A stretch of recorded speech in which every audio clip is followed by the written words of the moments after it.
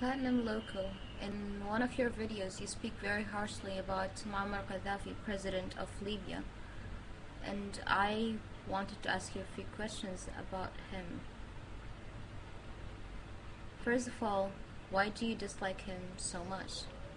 And why do you call him Dr. Evil in your video?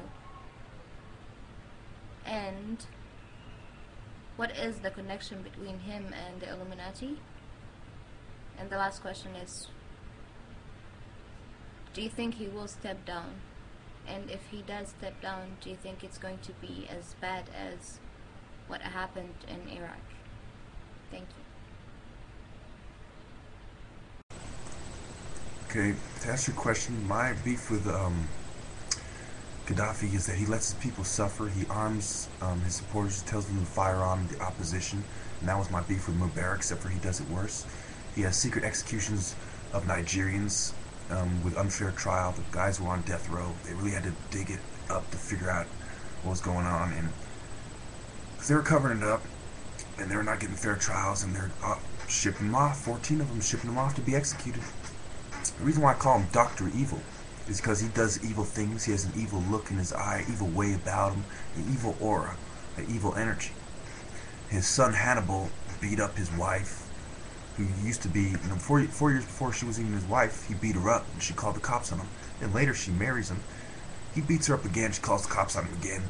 And later on together they beat up some staff. And he drives drunk with his Porsche, and he's very violent, just like father, just like son, complete with mini-me and all.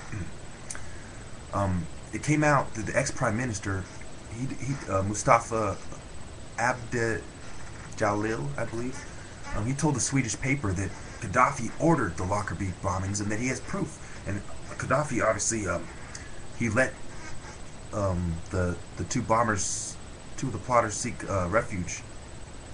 And they had blown up Pan Am Flight 103 over the Scottish town of Lockerbie in December 21, 1988. And mostly Americans died. So this is why I call him a terrorist. This is why I call him Dr. Evil. And he had an adopted daughter named Hannah, which he used as a political sacrificial lamb to try to make him look a little bit better. The only good person in his family was adopted.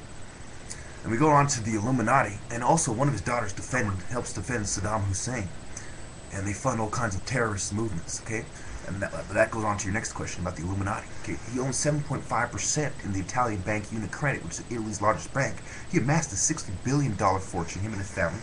They funded the Black September movement.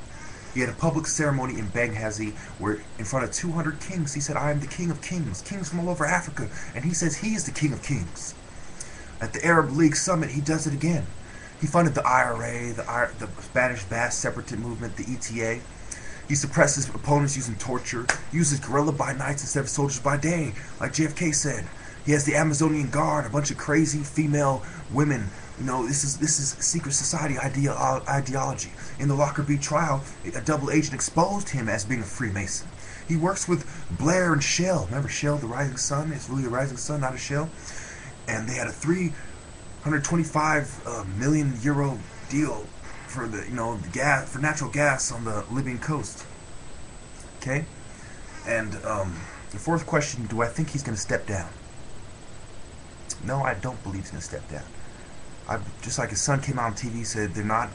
Last reports I heard is more arming. And do I believe if he does, will it be like Iraq? That is a good question. I don't see it turning into another Iraq, no.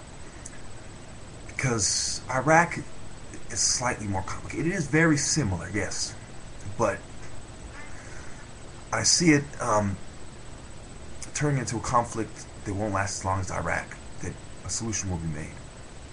Okay. What we need to worry about is whether a puppet dictator will be put there. So no, he won't be set down. The solution will come in a reasonable amount of time after some violence. And the worry is about who comes next. What is the intentions of the next ruler? Thank you for your questions.